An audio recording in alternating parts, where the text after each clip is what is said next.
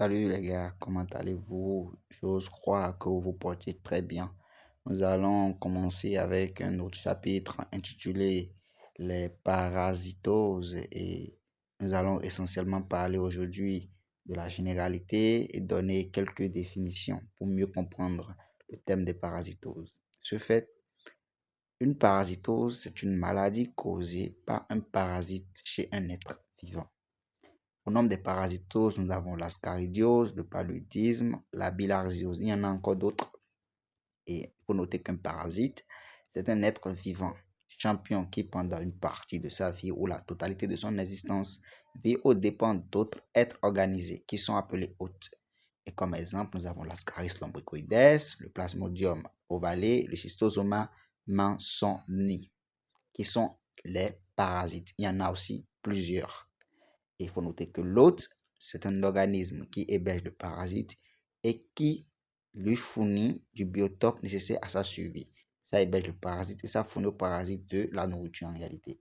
Et il existe trois types d'hôtes. Nous avons les hôtes intermédiaires, les hôtes vecteurs et l'hôte définitive que nous allons détailler tout de suite en fonction des caractéristiques de chaque hôte. Lorsqu'on prend l'hôte intermédiaire, c'est lui qui permettra au parasite de passer par une succession de stades afin d'aboutir à sa forme infestante. C'est-à-dire que le parasite vit en lui et il subit la succession de stades intermédiaires pour pouvoir être infestant, pour avoir son pouvoir pathogène. Lorsqu'on prend l'hôte vecteur, c'est d'abord un hôte intermédiaire et en plus de ça, il s'agit d'un insecte qui le transporte vers son hôte définitif. Donc, un hôte vecteur, c'est un hôte qui est à la fois intermédiaire et qui est un diptère, c'est-à-dire qui est capable de transporter la forme infestante vers l'hôte définitif. Lorsqu'on prend l'hôte définitif, c'est l'hôte qui héberge la forme sexuellement mature du parasite. C'est l'hôte qui permet au parasite de se reproduire. Oui, oui, ils se reproduisent. Donc, une fois dans l'organisme, ils vont se reproduire pour pouvoir mieux attaquer, plus attaquer les différents hôtes. De ce fait, nous avons aussi également plusieurs types de parasites en fonction de leur hôte intermédiaire. Nous avons les parasites monocènes, qui sont des parasites dans lesquels on ne trouve pas d'hôte intermédiaire dans le cycle. Cela voudra dire que dans le cycle, il n'y a pas d'intervention d'hôte intermédiaire. Et lorsqu'on prend les parasites hétérocènes, ce sont des parasites qui possèdent un seul hôte intermédiaire dans le cycle. C'est-à-dire que pour leur développement, pour leur épidémiologie, il y a un hôte intermédiaire qui intervient.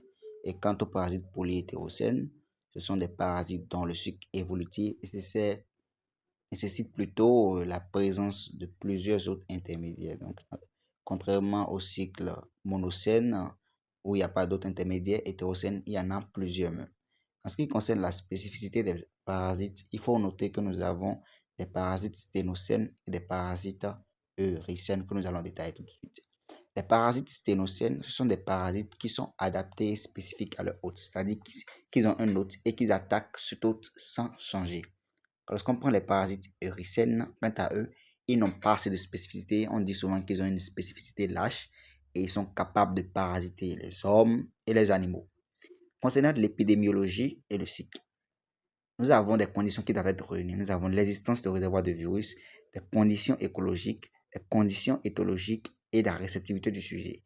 Concernant l'existence de réservoirs de parasites, ça se base essentiellement sur des personnes parasitées autour de nous, qu'ils soient des porteurs symptomatiques ou asymptomatiques, des animaux qui sont autour de nous et le sol sur lequel nous marchons.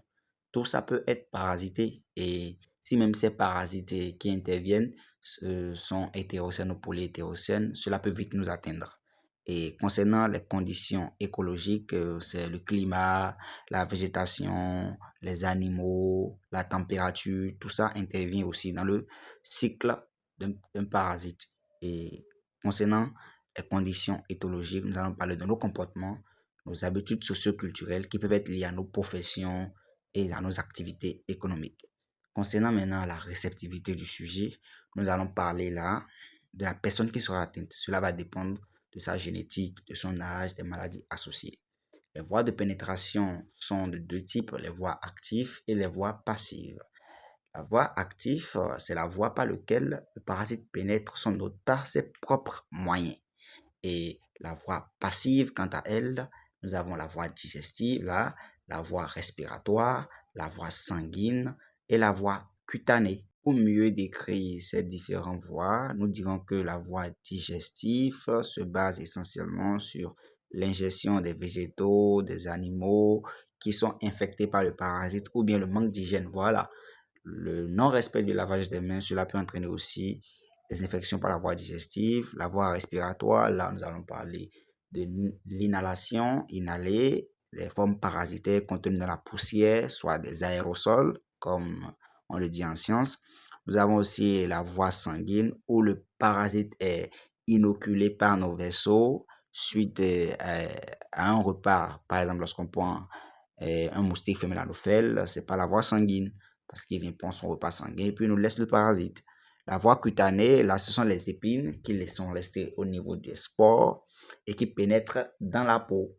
C'est-à-dire que le hôte vient les déposer sur la peau et puis par leur activité, parce qu'il y a la voie active aussi, mais ici, dans la voie cutanée, ils passent par leur activité et traversent la peau.